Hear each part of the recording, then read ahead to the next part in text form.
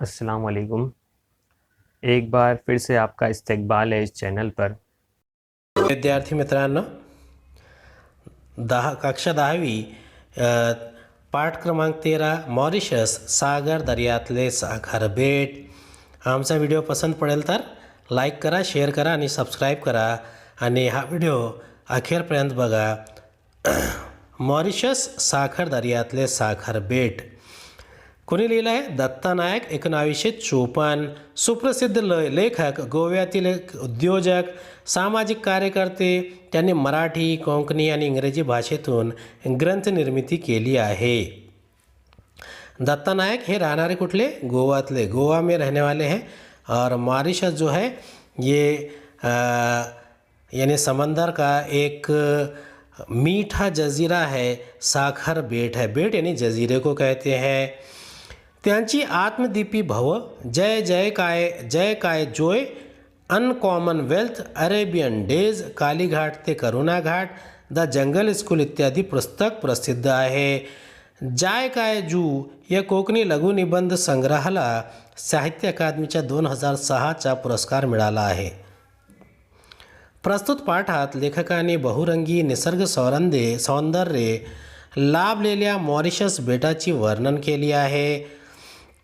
Mauritius देशातील घरे व वास्तुशिल्प हे वैशिष्ट्यपूर्ण आहे. तेथील लोकांना श्रम प्रतिष्ठेचे वर्णनही प्रस्तुत प्रवास वर्णन पर पाठातून वाचायला मिलते. ये ट्रैवलोज है यानी सफ़रनामा है. और इस सफ़रनामे के ज़रिए दत्ता नायक जी ने हमें मॉरिशस की सैर करवाई है. भारतीय महासागराच्या अथांग दर्यात जिथे नैऋत्य मान्सूनचे ढग जन्माला येतात तिथे सागर दर्यात एक साखर बेट आहे. दर्या, समुद्र, सागर यानी समुद्र समंदर को कहते हैं. दरिया, अथांग म्हणजे अमर्याद, असीम, अफाट यानी बहुत ही बड़ा जो होता है उसे कहते हैं. ये नैऋत्य यानी जुनूब मगरबी इलाका है जहाँ से मानसून के बादल, ढग यानी बादल तैयार होते हैं, वहाँ का जिक्र हो रहा है. तेथे सागर दर्यात एक साखर बेट आहे. वहाँ पर समंदर में एक मीठा जजीरा है, शकर के जैसा मीठा जजीरा है. हजारों वर्षाआधी महासागराच्या गर्भात झालेल्या भूकंपाच्या विस्फोटातून हे बेट पाण्यावर तरारून आले. यानी हज़ारों साल पहले जो महासागर है यानी हिंद महासागर, जिसे बहरे हिंद भी कहते हैं, उसके गर्भात यानी उसके पेट में बहुत ही अंदर गहराई में भूकंपाचा विस्फोट यानी भूकंप, जलजला, विस्फोट, धमाका, तो एक बहुत ही ख़तरनाक जो जलजले का धमाका हुआ था उससे जजीरा ऊपर आया है. तरारून आले यानी तरंगत वर आले, तैरता हुआ ऊपर अचानक आ गया है. सुमारे 500 वर्षापूर्वी म्हणजे 16व्या शतकापर्यंत मानवाचे पाऊल या बेटावर पडले नव्हते. कम से कम 500 साल पहले 16वीं सदी ईस्वी तक इंसानी कदम इस जजीरे पर नहीं पड़े थे. पोर्तुगीज नाविक वास्को दी गामाच्या नेतृत्वाखाली खलाशांचा तांडा आफ्रिका खंडाला वळसा घालून ईशान्येच्या दिशेने भारताच्या शोधासाठी वळला तेव्हा हे बेट त्यांना दिसले. ये पुर्तगीज जहाज़रां है, नाविक यानी जहाज़रां, जहाज़ चलाने वाला वास्को डी गामा, उसके नेतृत्व में खलाशांचा यानी मल्लाहों का तांडा यानी कारवां, मल्लाहों का कारवां अफ्रीका खंडाला वळसा घालून यानी बर्रे आज़म अफ्रीका का पूरा एक चक्कर लगाकर, अफ्रीकन कॉन्टिनेंट का पूरा गोल चक्कर लगाकर नीचे से ऊपर तक ईशान्यच्या दिशेने, ईशान्य यानी कि शुमाल मशरिक़ की तरफ, वो भारत की तरफ ढूंढने के लिए जब बढ़ा तो उसे ये जजीरा नज़र आया. पोर्तुगीज़ या बेटावर थांबले नाहीत. पोर्तुगीज़ इस जजीरे पर रुके नहीं, पण पुढे पोर्तुगालहून गोव्याकडे येताना त्यांची जहाज़े या बेटावर थांबत. लेकिन उसके बाद पुर्तगाल से आते वक्त उनके जहाज़ इस जजीरे पर रुक जाती. पोर्तुगीज़ या बेटावर थांबले नाहीत. सन 1638मध्ये डच लोक इथे पोहोचले. सन 1638 में डच यानी वलंदीजी, जिसे आप हॉलैंड के लोग कहते हैं, वो यहाँ पर पहुँचे थे. वळसा घालने म्हणजे गोल फिरणे, चक्कर मारणे.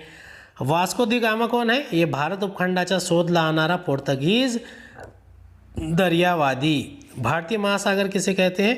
भारत देशाला पश्चिम, दक्षिण व पूर्व दिशेने वळून असलेला समुद्र म्हणजे भारतीय महासागर. खलाशी जहाजावर काम करणारे दर्यावर्दी यानी मल्लाह.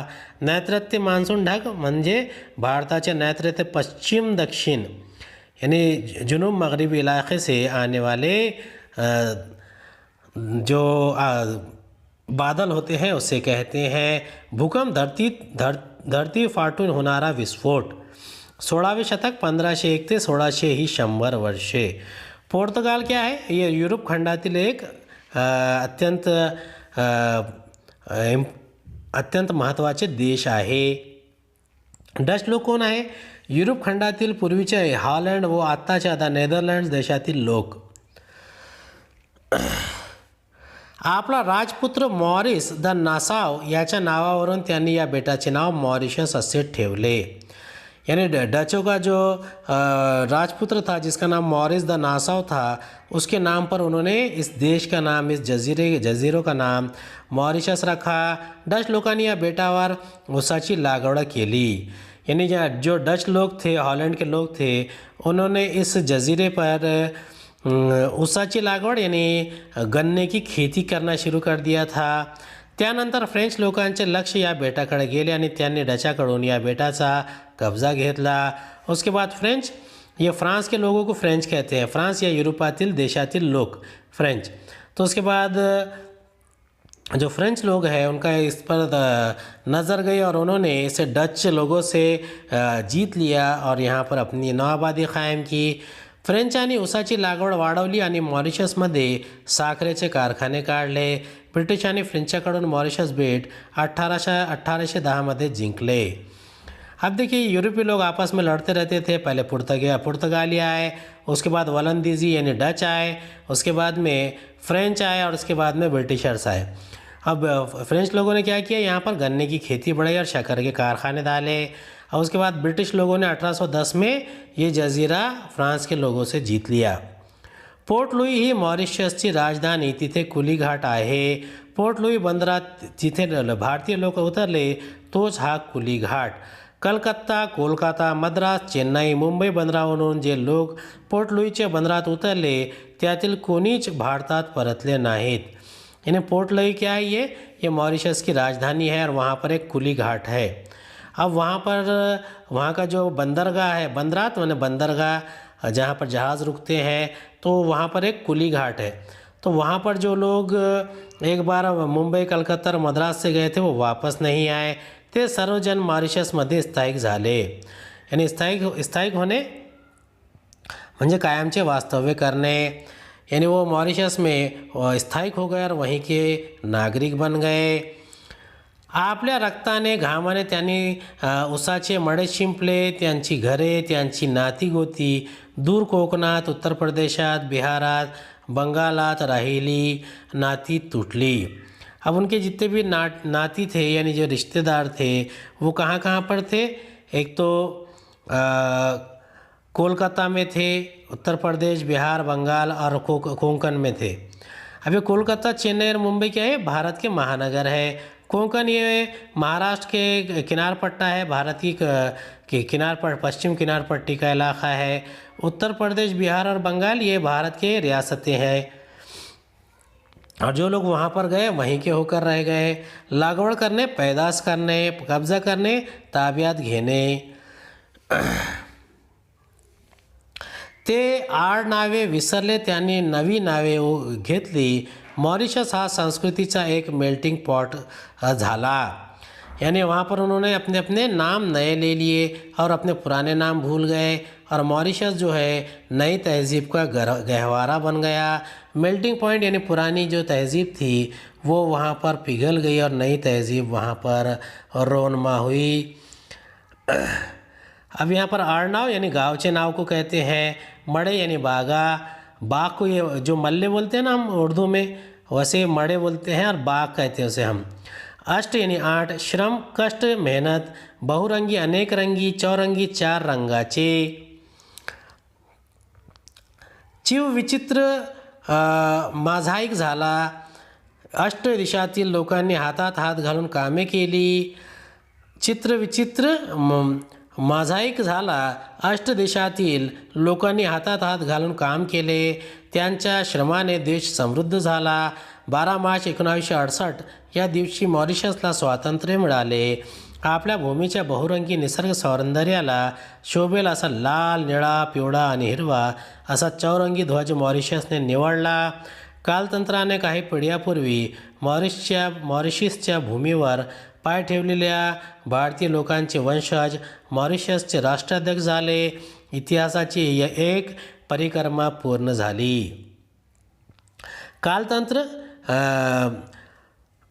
अब देखिए, अष्ट यानी 8, श्रम यानी कष्ट मेहनत, बहुरंगी यानी अनेक रंगी, चौरंगी यानी 4 रंगाचे, ध्वज यानी झेंडा यानी आलम कहते हैं जिसे परचम कहते हैं। कालतंत्राने काही काळाने, काळ लोटल्यावर, पिढ्या यानी कुटुंबाचा क्रम, भूमी यानी जमीन, वंशज यानी पूर्वीच्या घराण्यातील लोक, परिक्रमा म्हणजे प्रदक्षिणा आणि वंश म्हणजे घराणे। हातात हात घालणे सहकार्य करणे, काम करणे, समृद्ध होणे म्हणजे भरभराटी येणे। अब इसमें जो राष्ट्राध्यक्ष किसे कहते हैं, जो देश का प्रमुख होता है। मॉरिशस के जो लोग थे वो समृद्ध करने में सब लोगों ने योगदान दिया और सब लोगों ने मिलकर मेहनत की। 12 मार्च 1968 को उसको आज़ादी मिली ब्रिटिश से मॉरिशस को, और उन्होंने अपना जो परचम है, झंडा है, वो इस फितरत की खूबी को देखते हुए लाल, नीला, पीला और हरे रंग का 4 रंग का झंडा रखा। उसके अलावा वहाँ का जो राष्ट्राध्यक्ष है वो भारतीय मूल के हुए और ये एक चक्र पूरा हो गया। मॉरिशसमध्ये आज 52% लोक भारतीय वंशाचे आहेत। उर्वरित फ्रँको मॉरिशन, ॲफ्रो मॉरिशन आणि अँग्लो मॉरिशन आहेत। भारतीय लोकांनी हजारो मैल दूर स्थलांतर करून आपल्या ओठातील भाषा सोडली नाही। भारतातून होड्यात बसून मॉरिशसमध्ये गेली ती भारतातील केळी। मॉरिशसमध्ये प्रत्येक भारतीयाच्या घरापुढे केळी असते। जड हिरव्या पानांनी अलंकृत आणि रसरशीत पिक्या केळींना जडभारित केळ मॉरिशसमध्ये दर भारतीय घराला त्याचे भारतीत्व देत असते। फ्रँको मॉरिशन, फ्रान्समधून मॉरिशसमध्ये स्थायिक झालेले फ्रँको मॉरिशन। ॲफ्रो मॉरिशन म्हणजे आफ्रिकेमधून मॉरिशसमध्ये स्थायिक झालेले ॲफ्रो मॉरिशन। अँग्लो मॉरिशन, इंग्लंडमधून मॉरिशसमध्ये स्थायिक झालेले लोक म्हणजे अँग्लो मॉरिशन। यानी फ्रैंक, एफ्रो और एंग्लो मॉरिशन यानी जो फ्रांस, अफ्रीका और इंग्लैंड से आए हुए लोग हैं उसे कहते हैं। अब यहाँ पर जो सब लोगों ने मिलकर वहाँ पर रहे, लेकिन वहाँ पर 52% लोग आज भी 52% लोग भारत के वंश के हैं, भारतीय नस्ल के हैं, और वहाँ पर भारतीय अपनी ज़बान नहीं भूले और उन्होंने वहाँ पर केले लगाए हैं। केले का दरख्त एक किस्म से पूरी याद दिलाता रहता है कि हम यहाँ पर भारत से आए हुए हैं। रसरशीत म्हणजे टवटवीत, पिक्या म्हणजे पिकलेल्या, जळभरीत म्हणजे वजनदार, अलंकृत म्हणजे सुशोभित, जर्दयन म्हणजे गडद। मॉरिशसला पोहोचलो तेव्हा नुकतीच पहाट होत होती। मॉरिशस को पहुँचे तब सुबह ही हुई थी, ज़्यादा वक्त नहीं गुजरा था।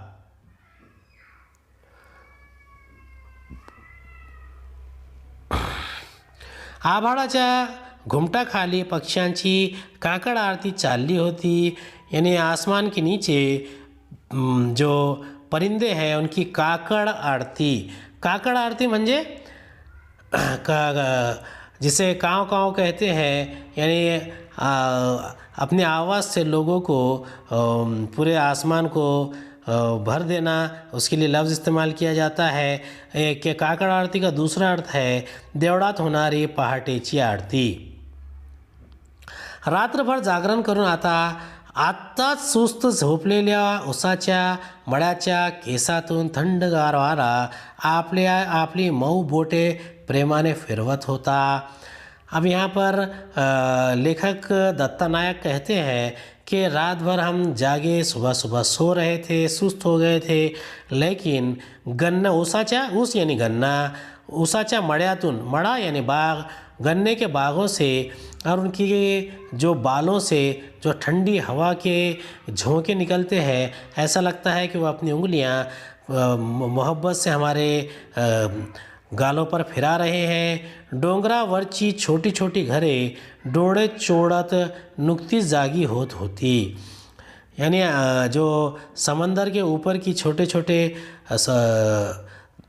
डोंगर म्हणजे पहाड़ के ऊपर की जो छोटे छोटे घरें थी, तो वो घर ऐसा लग रहा था कि वो अपनी आंखें मलते हुए, जोड़े चोड़ने म्हणजे आंखें मलना, तो वो ऐसा लग रहा था कि वो अपनी आंखें मलते हुए उठ रही है, अभी बेदार हुई है, जागी हुई है। कमळाच्या पाकळीवर भुंग अलगद बसावा असे आमचे विमान मॉरिशसच्या भूमीवर उतरले।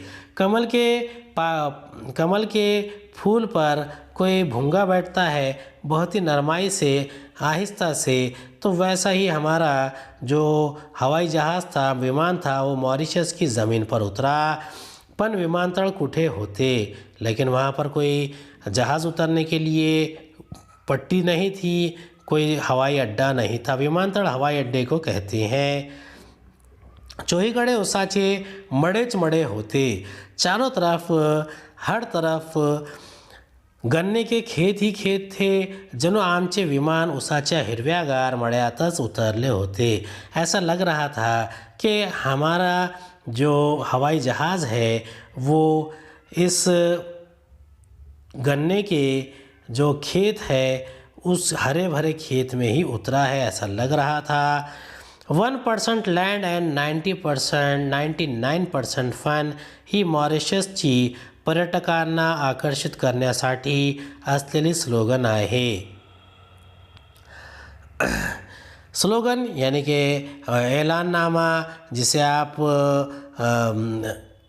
नारा भी कह सकते हैं, तो नारा मॉरिशस ने जो आने वाले सयाह है, पर्यटक है, उनको मुतवज्जा करने के लिए, आकर्षित करने के लिए दिया है, वो क्या है? 1% लैंड एंड 99% फन, यानी 1% ज़मीन और 99% आपको बेहतरीन तफरी का मुजाहरा मिलेगा, इसीलिए नारा दिया गया है।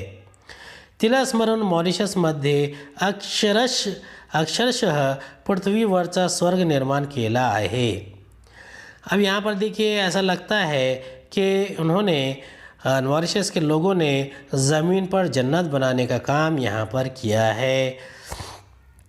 घुमट अर्धगोलाकार छत, जागरण म्हणजे जागे राहणे, सुस्त म्हणजे आळसवलेले, अलगद म्हणजे हळूच, पर्यटक म्हणजे प्रवासी, दिगंतर म्हणजे अवकाश,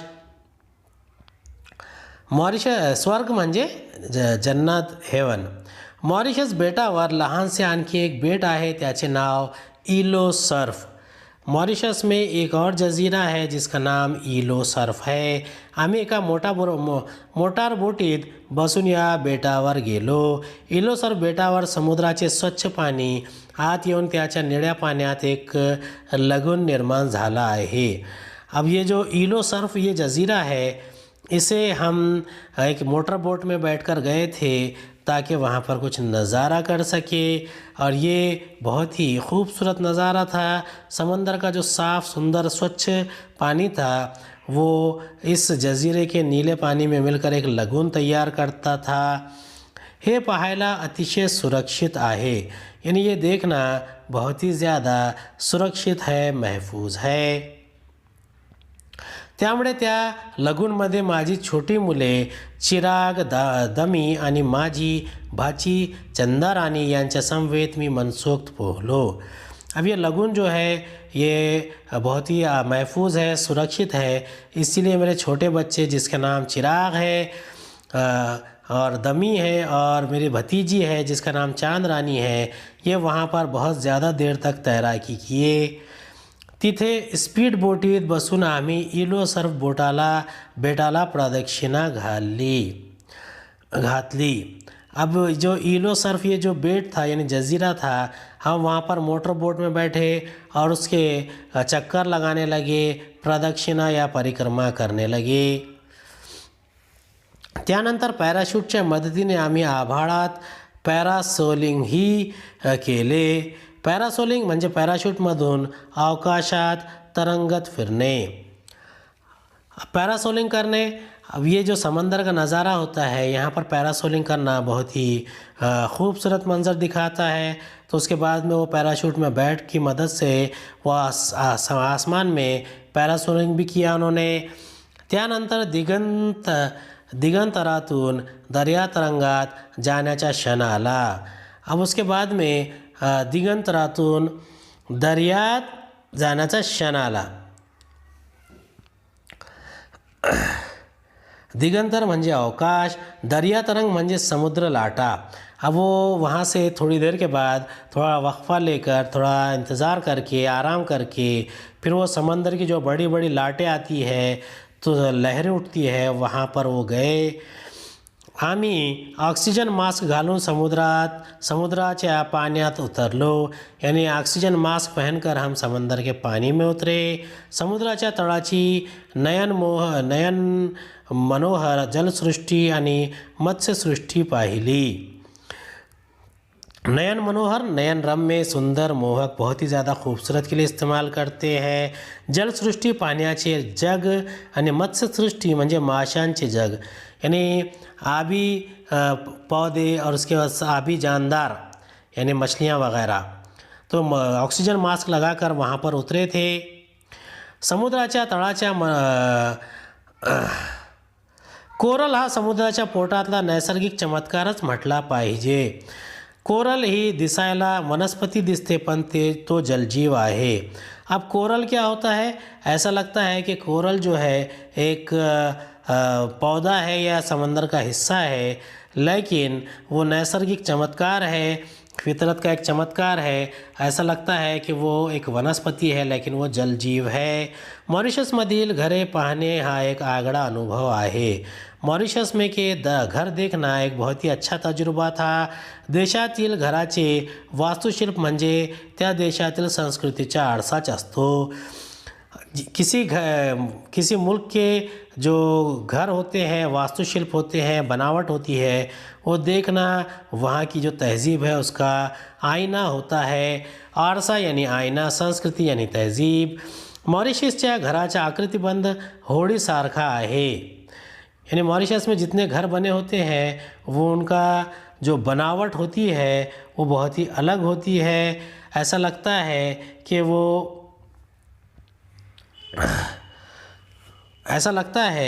वो एक तरफ से बहुत ही खूबसूरती से बनाई गई है। जणू आत नांगरलेल्या या घरांचा दोरखंड सुटून ही तरंगणारी घरे खोल समुद्रात जल सफारीस जाणार आहेत असे वाटावे। अब ये जो ऐसा लगता है कि होड़ी के मानी होता है कि कोई कश्ती है, अगर वो वहाँ पर बनाए हुए घर को अगर गौर से देखेंगे तो ऐसा लगता है कि वो समंदर के करीब तैर रही है, और वो ज़मीन अगर धंस जाए तो तैरती हुई रहेगी या समुद्र में जल सफारी के लिए वो निकलेगी। बहुतेक घरांच्या भिंतींना पांढरा रंग असतो।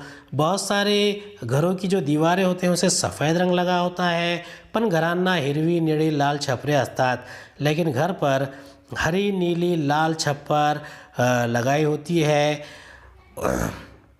घरातून कांगारूच्या पिलासारखे खिड़कियां बाहर डोकावतात, यानी घर में से जो खिड़कियां ऐसी लगी हुई है, ऐसा लगता है कि जैसे कि कंगारू के पेट में जो बैठा हुआ बच्चा होता है वो झांक रहा है। कंगारू क्या होता है, ये ऑस्ट्रेलिया में मिलने वाला एक प्राणी है, मुख्यतः ऑस्ट्रेलियात आढळणारा प्राणी। घरापुढे सुंदर फुलझाडांचे पड़सू असते, यानी घर के सामने जो खूबसूरत फूल झाड़ होते हैं उसके पड़सू होते हैं। पड़सू क्या होता है, परसदार घरामागची मोकळी जागा, यानी घर के पीछे की जो खुली जगह होती है उसके लिए कहते हैं। और जल सफारी किसे कहते हैं? पाण्यातला प्रवास। काही घरे बंद असतात, डोळे मिटून समाधी बसलेल्या संन्यस्त ऋषीप्रमाणे खिडक्या-दारे बंद करून ती बसलेली असतात, पण कुठलेच बंद घरही कुलूप भग्न अवस्थेत आहे असे मला दिसले नहीं। यानी किसी भी घर को कोई कुरूप नहीं रहता है, यानी कि उस पर विद्रूप नहीं रहता है, सुंदर न खूबसूरत ही होते हैं। और वो भग्न नसलेले मोड़लेले अध्वस्त यानी तोड़े हुए नहीं रहते, सारे के सारे घर जो है बहुत ही खूबसूरत होते हैं। कुछ घरों को बंद भी होते हैं, लेकिन कोई भी घर है तो बदनुमा नहीं होता है। हे घर विक्रीस आहे किंवा हे घर भाड्याने देणे आहे अशा पाट्याही मला मॉरिशसमध्ये कुठे दिसले नाही। मॉरिशसच्या रहिवाशांचे आपल्या घरावर खूप प्रेम असावे। ज्या देशातील लोक आपल्या घरावर असे जीवापाड प्रेम करतात त्या देशातील उज्ज्वल भवितव्य असते। जीवापाड प्रेम करणे म्हणजे मनापासून खूप प्रेम करणे, समृद्ध होणे, भरभराटी येणे। कुरूप म्हणजे विद्रूप, सुंदर नसलेले, भग्न मोडलेले, उद्ध्वस्त, उज्ज्वल प्रकाशमान, भवितव्य भविष्य। अब वहाँ पर कोई घर बेचने के लिए है, बिकाऊ है, किसी घर को किराए से देना है, ऐसी कोई वहाँ पर तख्ती नहीं लगी रहती। और वहाँ के लोगों का बहुत अपने घर पर प्रेम है, प्यार है। और जो लोग अपने घर से प्यार करते हैं उस मुल्क का भविष्य बहुत ही ज़्यादा उज्ज्वल होता है, प्रकाशमय होता है। उम्मीद है आपको हमारा वीडियो पसंद आया होगा। अगले वीडियो में दोबारा मुलाकात होगी। खुदा हाफिज़।